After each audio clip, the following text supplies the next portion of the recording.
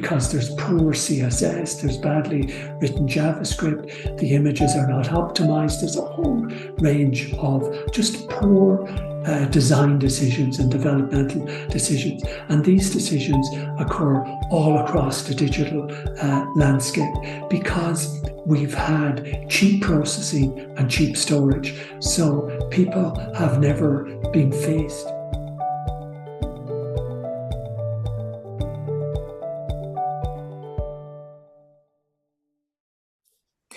Okay, hello everyone. Welcome to the Actionable ESG Talks series brought to you by AKFI Actionable Knowledge Foundational Institute, the world's first nonprofit industry consortium committed to bridging the gap between ESG, sustainability, and digital transformation. My name is Isabella. I'm the co-host of this talk series here with Manuel, another co-host. And our special guest today, Gerry. Hello, how are you doing, Gerry? Hello, Isabella. I'm very good, and I hope you're well too. Thank you. Thank you for taking the time. And thanks to this talk series, we get to bring together great minds to discuss the current state and the future state of digital transformation, ESG, and sustainability. And before we get started, a little bit about Gerry to our audience. Gerry has published 8 books. I was amazed by the number when I was reading her bio. 8 books on digital content and data. His latest, Worldwide Waste, examines the impact data waste and e-waste having on the environment. I love the topic already. And Gerry has been consulting with the European Union, governments like US government, Dutch, Canadian, Irish, just name a few.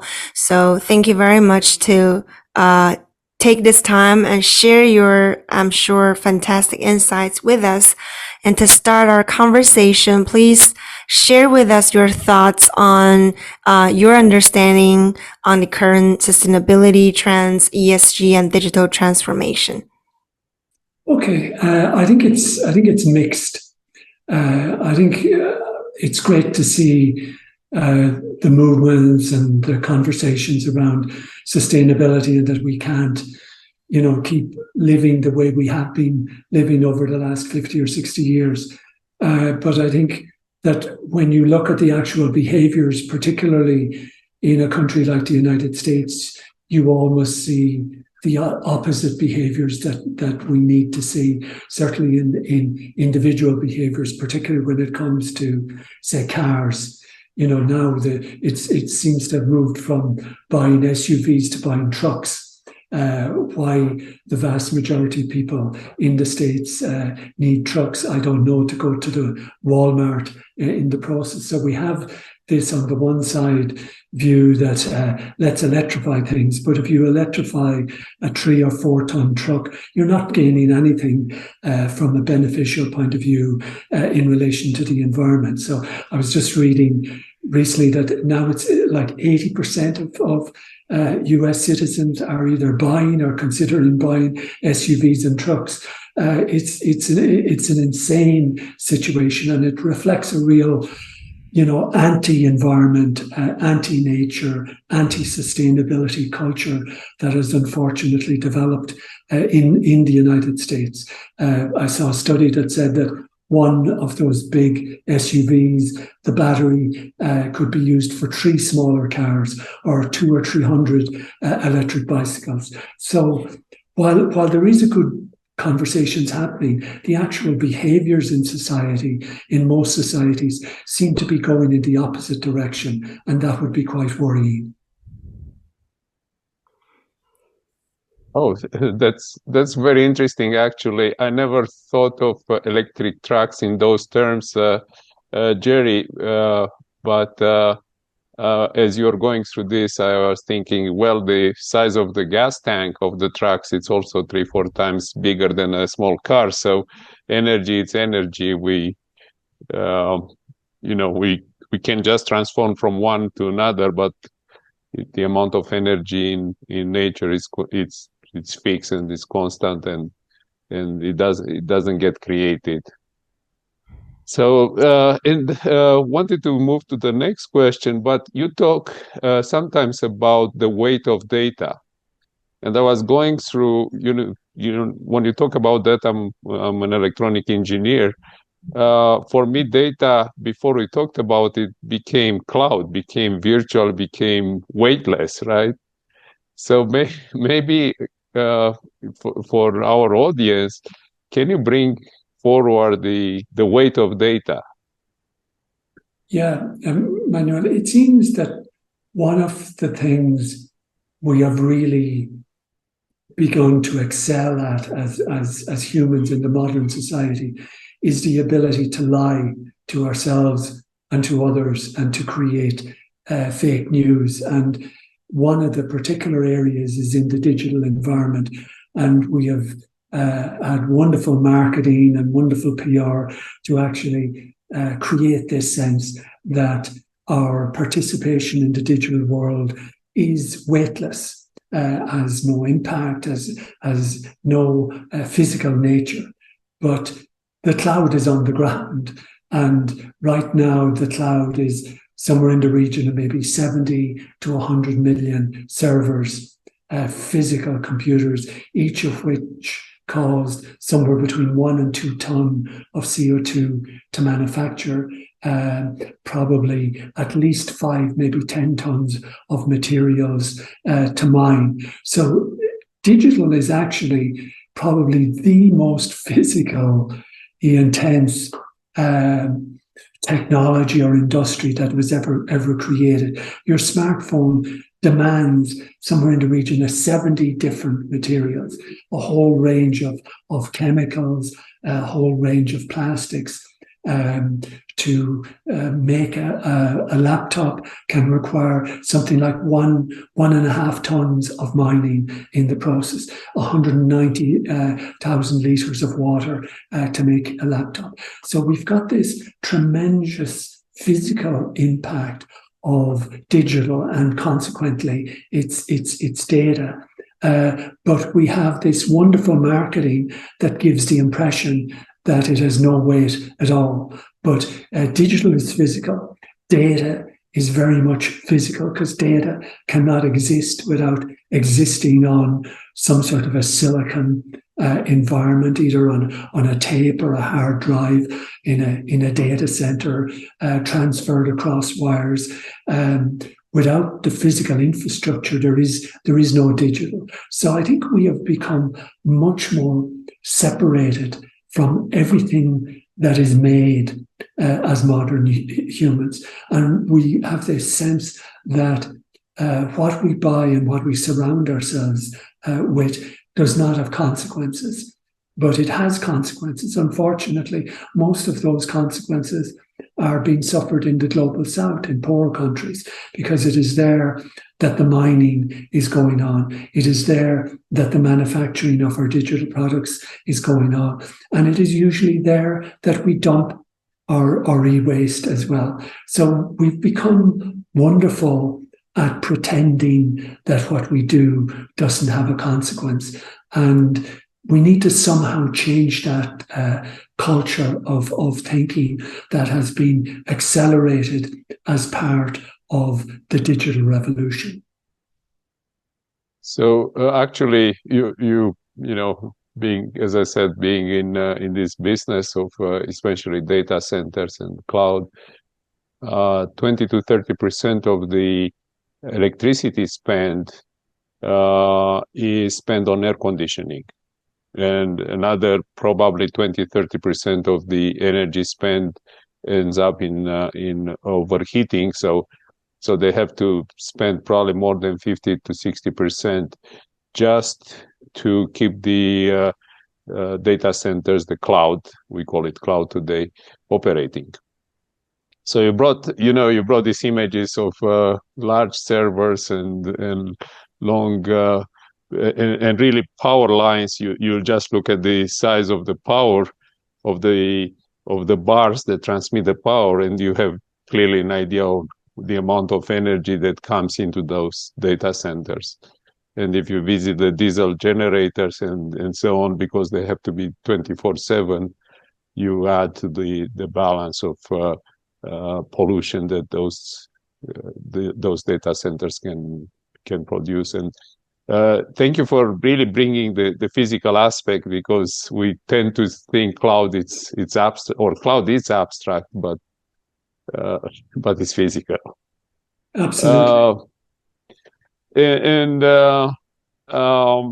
Maybe going a little bit deeper, but could you give us other examples of the relationship between digitalization? You already brought the amount of materials going in the smartphones and so on, but now we starting to live the era of the ChatGPT, and to complete this thought, ChatGPT, it seems to be behind bringing down the data centers of Microsoft a couple of times in the last few weeks, although it's not highly publicized.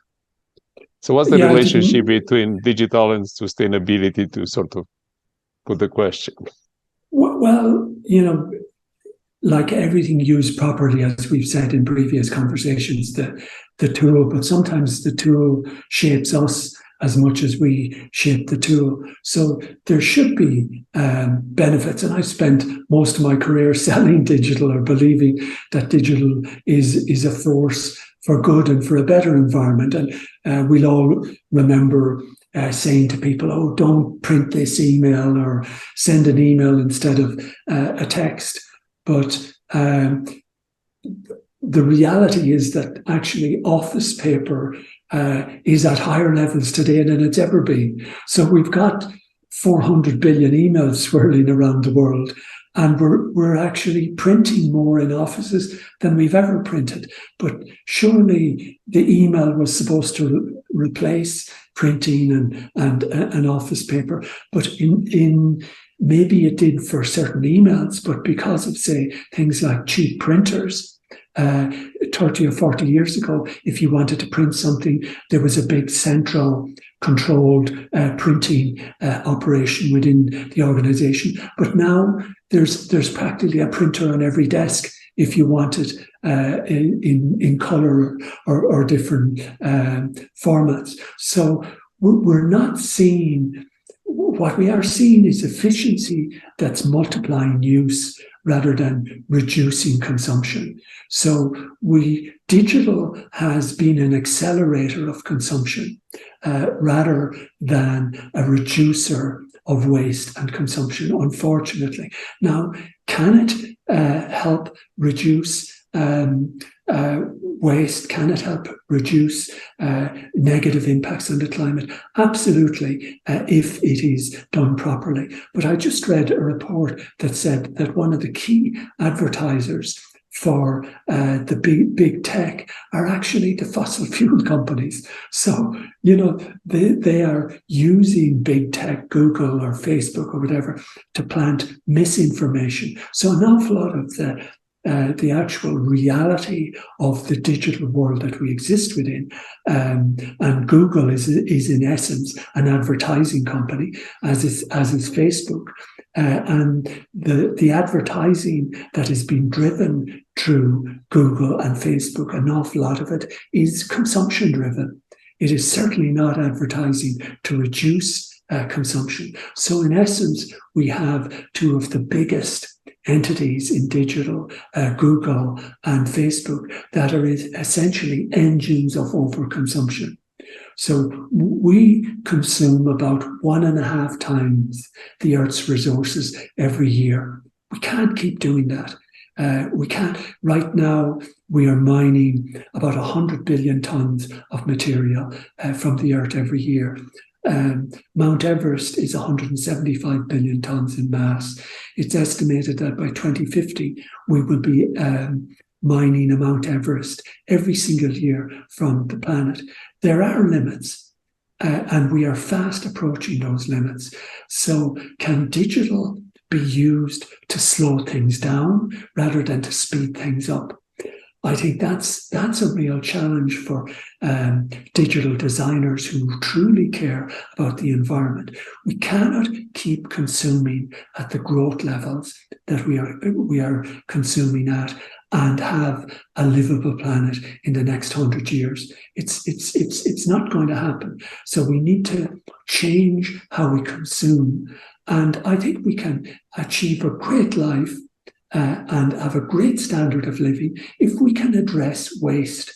You don't need 4 tons to move 80 kg or whatever, an ordinary person is. Because the irony of all this stuff is families are getting smaller, cars are getting bigger and heavier. Many of these trucks are being driven by one person to Walmart to buy some actual shopping. That sort of culture is incredibly destructive of future life.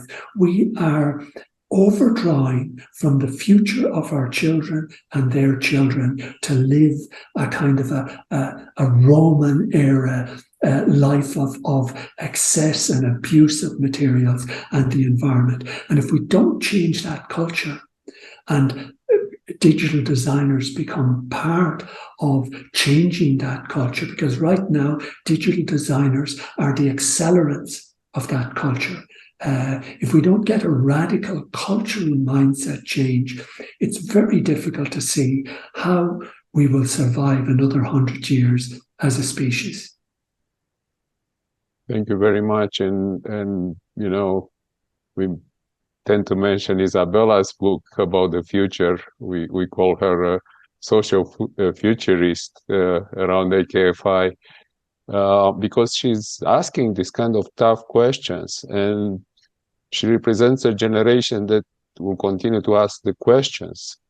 It's not necessarily we have the answers, but I know Isabella, it's very much in thinking about the next book and how to continue this discussion on the use of AI, the use of digital, and I don't know if Isabella wants to add something.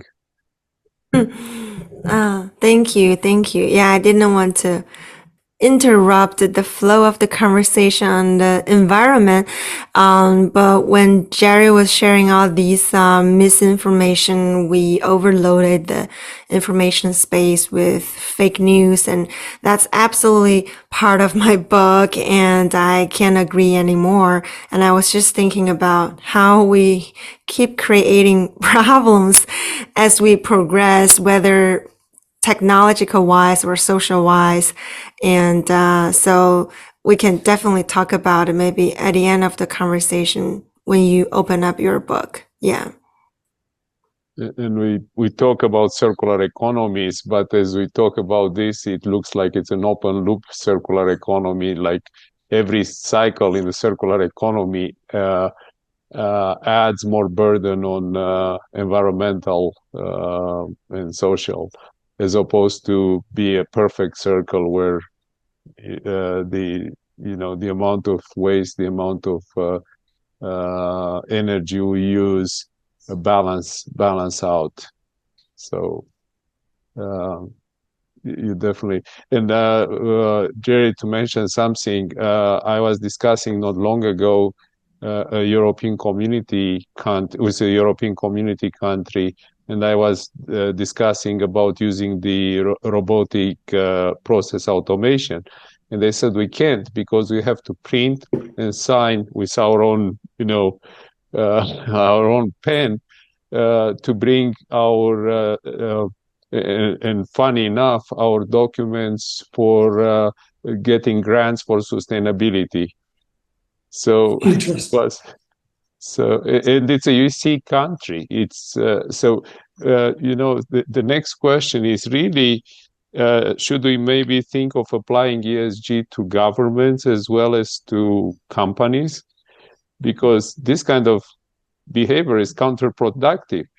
We have electronic signatures. We have all these means that you talked about it before.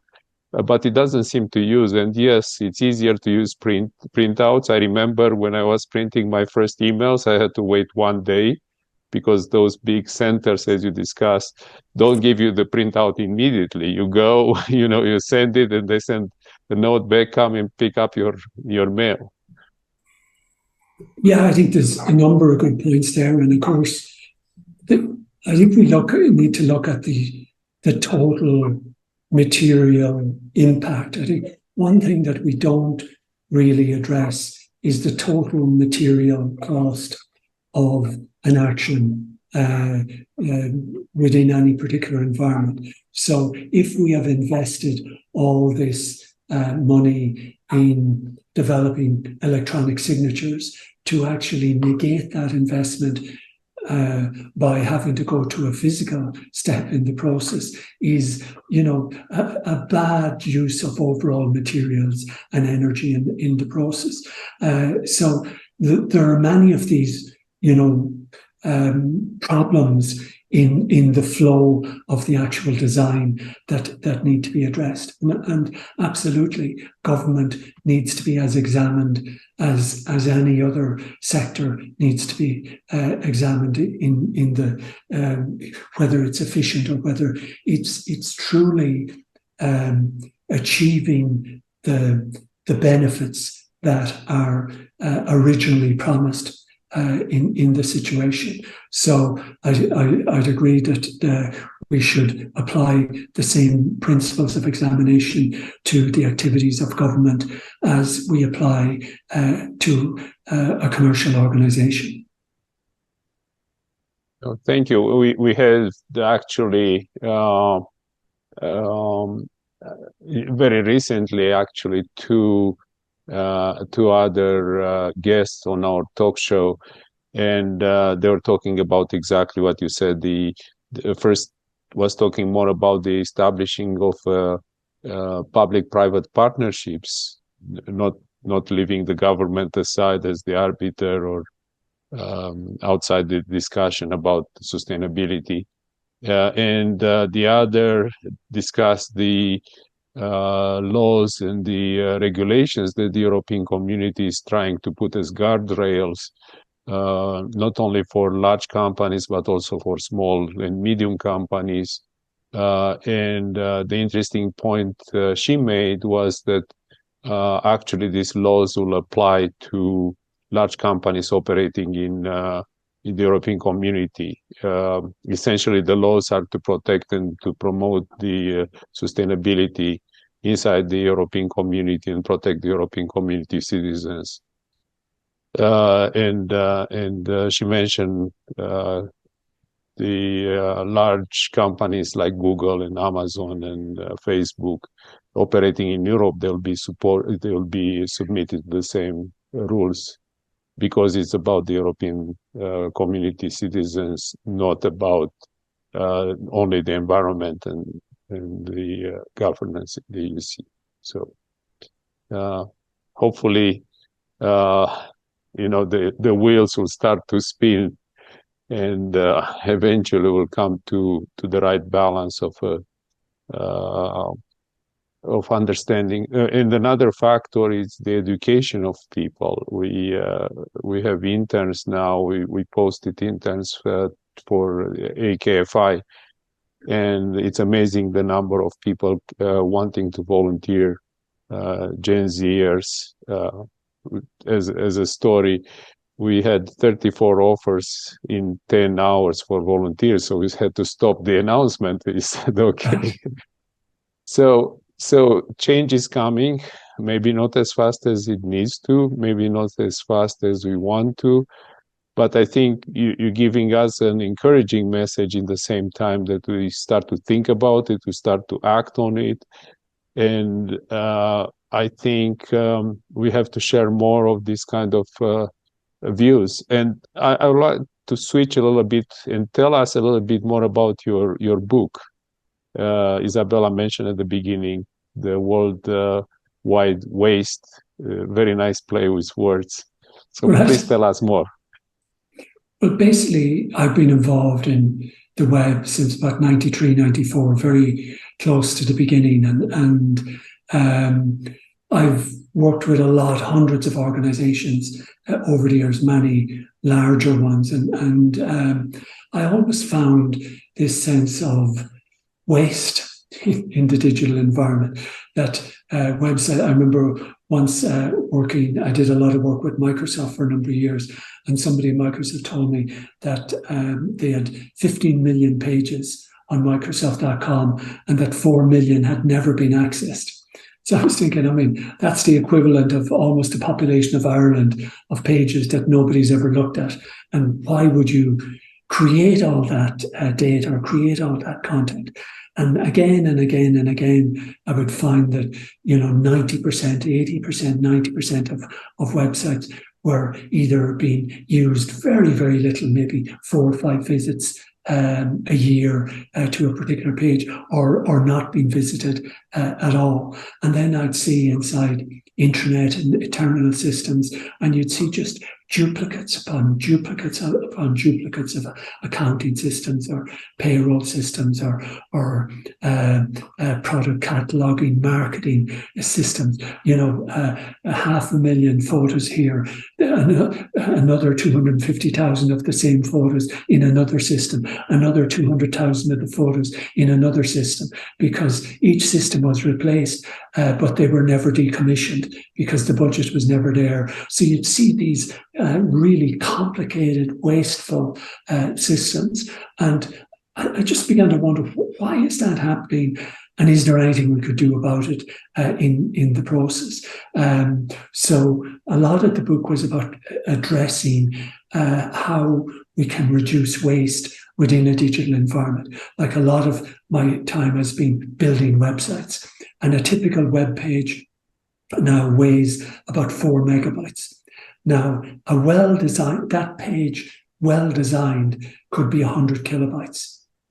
So just because there's poor CSS, there's badly written JavaScript, the images are not optimized, there's a whole range of just poor design decisions and developmental decisions. And these decisions occur all across the digital landscape because we've had cheap processing and cheap storage. So people have never been faced with really having to address living within constraints within a digital environment. So Worldwide Waste is all about trying to identify those areas of waste within the digital landscape, both the data, like only 5% of data in a data center is used 3 months after it is first stored. So data centers are really data dumps. They're not these wonderful places where we're discovering major insights. They're storing crap data. Basically, that's their business model. That's how they make lots of money. And then the end of life of digital, we're creating 50 million tons of e-waste a year, enough to build the Great Wall of China. And most of that e-waste is being sent to poor countries, to India or Pakistan or Ghana or many other countries in Africa or in South America. So, and e-waste is deliberately designed in a way that it cannot be recycled properly. So a lot of that e-waste with heavy metals and rare earths is actually entering the water table, entering the soil, and is building up toxins that initially are polluting locally, but as they build up and they're concentrating, are now spreading. Forever chemicals, which are in both digital products and in many other products, are in the rain on every continent, including the Antarctic. So we are gradually chemicalizing and toxifying the air and the water of the planet. And that is driven particularly by electronics, not just by electronics. You've a lot of chemical use in the fast fashion industry, but the electronics industry is a particularly toxifying industry that has less than 20% proper efficient recycling rates, because it's not a good business model to recycle products when you can sell a new one every 2 years. Unfortunately, the planned obsolescence model of Apple and Samsung is to get us to buy something new every 2 years. That's how they maximize their profitability. So worldwide waste is looking at those issues and saying, well, how do we solve them? Well, we solve them by building laptops that can last 20 years and by building smartphones that can last 10 years. And we probably won't build them until somebody like the European Union mandates that a product has got to, a smartphone has got to last 10 years and a laptop has got to last 20 years. And then we addressed e-waste, data waste by our consumption habits. We addressed it at multiple levels, but we took 1.4 trillion photos last year. We took more photos than in the entire 20th century. Now, 95% of those photos will never be looked at again. And in fact, the 95% of photos makes it extraordinarily difficult to find the 5% of photos that represent memories. And if we think AI is going to be good at finding the picture that really means something to us, finding the picture of our child or our friend that really means something. Because the picture that really means something isn't always the perfect picture, isn't always the perfect resolution. It is the picture with the perfect emotional context. So, we need to take back control of our digital lives and begin with not creating as much and not consuming as much, and using digital to create valuable memories rather than quantity memories. You bringing again a lot of valid and insightful points. And as you're going through that, I was thinking of the ESG ratings of the high-tech industry. And they tend to be, Tesla excluding, and Tesla was excluded because of actually the way they deal with the governance, with the way they treat the employees, although the common understanding or thinking is because EVs are not, the right response to the environmental crisis. But going back to the original thought, these companies actually fought the right to repair. California had the right to repair, for instance, in the books and so on. If you read their warranties, if you touch it, if you open the cover, the warranty is waived. The phones, and they don't have replaceable parts. The computers don't have replaceable or upgradable memory.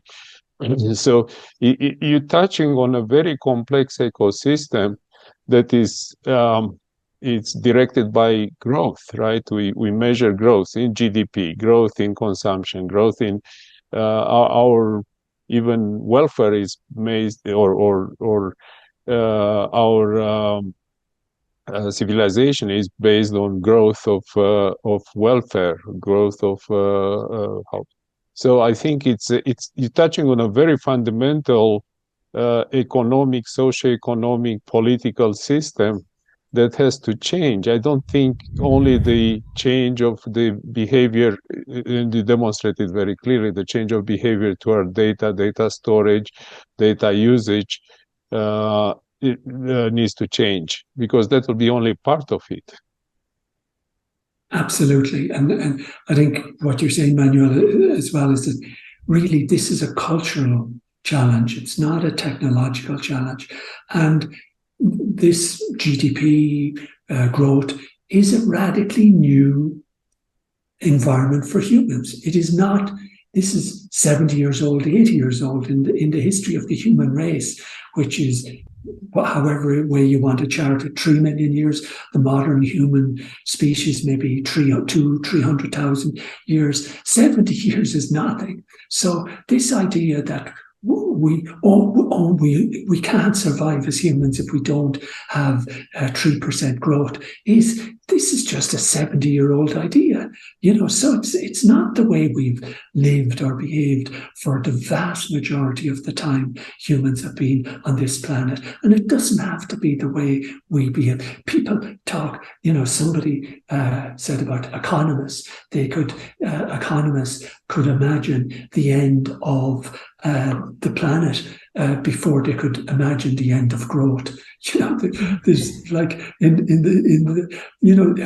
we have these people who are so locked into such narrow thinking, and they think this is the only way it can be. This is the only way it has ever been in the process. It's a 70-year-old idea, maybe 80 years old. Maybe if you want to go back to the origins of capitalism, what's that, 250 years? It's not that long. It's not that long in the process. And there's nothing that humans have created that humans can uncreate. There's no models of societies that humans have, and it's essentially a human model of society. So if we created it, we can create something different. We are not locked into this like the death of the sun. It's not an absolute unchangeable fixed thing. We can change the culture. And I think the core, to me, the culture we need to get to needs to be a culture of respect. And it needs to be a culture of respect for nature and the materials that we use from nature. And, if you look at a lot of the indigenous cultures in the process, they thank the tree for the fruit. There are customs. And this happened when I was growing up in Ireland as well. We were thankful to the land. We were thankful. We need to become thankful and aware that this smartphone, I'm not saying get rid of smartphones in any ways, I'm just saying let's have smartphones that last at least 10 years, that we look at our smartphone and we thank the earth for the gold and the 16 of the 17 rare earths and the aluminum that's in it as well. And we care for it and we look after it. And as you indicated as well, we repair it, so we look after the materials and we pass them on. There's nothing in the digital world we can pass on. Everything is built to waste. There is nothing digital that you can hand to your child and say, I use this. Here, I'm passing this on to you. Everything in digital is transient. Everything in digital is fickle. Everything in digital is impermanent. Everything we have built to waste. Let's start building things that last. Let's create cultures that reward and make it cool to have things that are old rather than making it cool to have the latest fashion item. Let's make it cool to repair our own clothes, to be able to go into school and say, look at what I did. And that people say, oh, isn't that brilliant? You repaired this with your own hand. That's cool. We need to change the cultures. And this culture existed for hundreds of thousands of years. We repaired. The Native Americans used everything from the buffalo, everything, not just the meat. That was all indigenous cultures. In the Irish ancient culture, we had a whole infrastructure of rules around trees and respect for trees and the purpose and function of trees. So these are ideas of respect for materials that go very deep into the human DNA. And I think we can return to these ideas and reorient our culture, not to go back without technology, but to go back maybe with less technology. And we don't need AI to solve the problems we face today. We need to walk more. We need to cycle more. We need 15-minute cities. We need, that you can go to the supermarket on foot, that you can go to the pharmacy on foot. These ideas, we don't need AI to figure that out. AI is just figuring out how to sell us more crap. That's what AI is being used. How to sell us more crap. But the big problems, we just use our brains and a little bit of wisdom. They're very solvable. Get up of your bum and walk. Get out and cycle. Burn your own energy. these are concepts that everybody knows they're the right thing to do. But we've got these capital, for the want of a better word, forces that are driven by this incessant growth, that are constantly trying to get us to consume more. So let's not stop consumption, but let's consume less and enjoy more and live within the constraints and the resources of this beautiful planet. Wow. Fantastic. Thank you. Thank you for this. Compelling as well. I feel like, Gerry, you just warmed up at the end of the conversation. We'll have Gerry back. Right. We need to follow up on this ending mark because it just tells us so much, and I don't even need to repeat it and to mention my book because the well knows probably more than half of what you talked about. I mentioned it in my book, and about the social issues, about the culture, about the people's mind, human behaviors, everything you just mentioned. So I guess we're using different kind of channel to share the same kind of message in this crazy digital age with loads of data. Manuel, if you have I look forward to reading your book, Isabella. It sounds like it's on a very similar wavelength to the type of stuff that I'm working on. Amazing. We'll definitely follow up for sure for different kind of topics. Yeah. Wow. Wonderful. Thank you so much. One last thought before we part. The culture was changed using technology. We use the technology to change the culture again. AI, it was mentioned so many times. It's really used. The algorithms are used to change our culture on how we buy, how we live, what we want, how are influenced from political to social to economic to education and so on. So I think we need more AI to change our culture to the basic culture of the human race, of this human species. But I don't want to live with the idea that AI it's moving us only in one direction. Yeah, I mean, the problem, is to some extent is that it is based on data which often reflects existing prejudices or currents within. So the way we train the AI, if we train it in a moral, ethical type of way, we will get it. A much better sort of output. But we need a much greater ethical and wise humans, in the design process. And, so that's going to be a challenge rather than having simply advertisers who are in essence in control of the AI. I mean, AI is much too important to leave to the advertising industry, which is in essence what Google and Facebook are or have become. And not long ago, we had an interview with Daniel Malan. He's a professor of ethics, I think very close physically to you. And I'll send the video to you. Thank you. Because he's an ethicist. Love to have you back. Isabella, I should turn to you before we run in major overtime. Thank you, Gerry. Thank you so much for taking the time today for all the sharing. We definitely need to catch up. And thank you to all of our audience for tuning in today. Make sure you're joining us every week for a new episode of AKFI's Actionable ESG Talks series, where you can gain new perspectives on how to mitigate risk and create value by integrating ESG and digital transformation.